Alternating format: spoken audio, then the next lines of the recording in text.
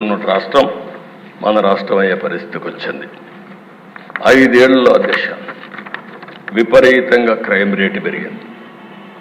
దళితుల హత్యలు పెరిగిపోయినాయి. డోర్ డెలివరీ నిన్నే నాకు ఆశ్చర్యం వేసింది. ప్రజాస్వామ్యాన్ని కాపాడాలని చెప్పి లేకాడు పట్టుకొచ్చారు. ఏం చెప్పాలో అర్థం కాలేదు. ఆ డోర్ డెలివరీ చేసిన వ్యక్తి కూడా ప్లే కార్డ్.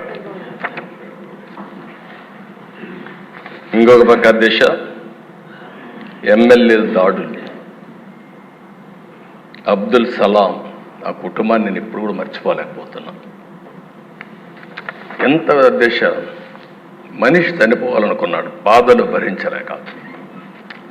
చనిపోవాలనుకుంటే వీళ్ళు మాట్లాడే మాటలిన తర్వాత నువ్వు చనిపోవాలనుకున్నా నిన్ను ప్రశాంతంగా చనిపోని నీ భార్య ఉంటుంది, గుర్తుపెట్టుకో, ఏం చేస్తాం చేసి చూపించమంటే, నేను చనిపోయిన తర్వాత నా భార్యని ఏం చేస్తారో అని ఆలోచించి భార్యాభర్త ఇద్దరు చనిపోవాలని ఆలోచించుకుని ఇద్దరం చనిపోవాలని మాట్లాడుకుని అప్పుడు మళ్ళీ ఆలోచించి మనం ఇద్దరం చనిపోతే ఈ ఇద్దరు పిల్లలు అనాథలైపోతారు, ఏం చేయాలని ఆలోచించినప్పుడు కాదు నలుగురం కూడా చనిపోవాలని నిర్ణయించుకుని నలుగురు వెళ్ళి రైల్వే ట్రాక్ మీద వాళ్ళిద్దరి పిల్లల్ని కట్టేసి ఆ ట్రాక్ కింద పడి బలవంతం మరణం చేసుకున్నారంటే అది సాధ్యమా?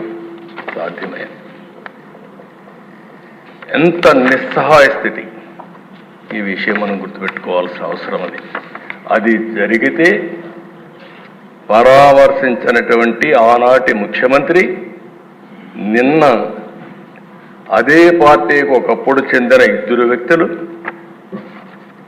ఈరోజు ఒక అతను వ్యక్తిగత కారణాల వల్ల చంపితే దాన్ని రాజకీయం చేస్తూ ఢిల్లీకి పోయి ఈరోజు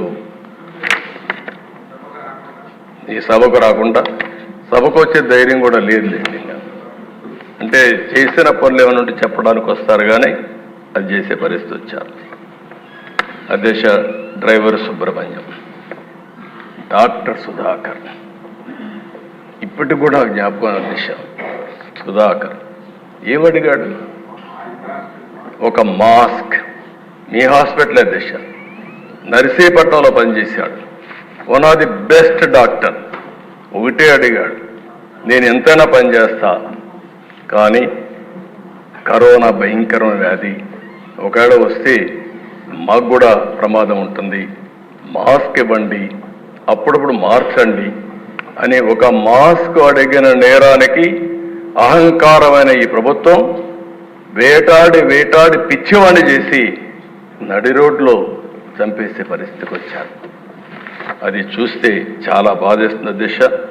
ఒక ఓం ప్రతాప్ వీళ్ళు పెంచిన లిక్కర్ రేట్ల గురించి విమర్శించాడని నెపంతో వాణ్ణి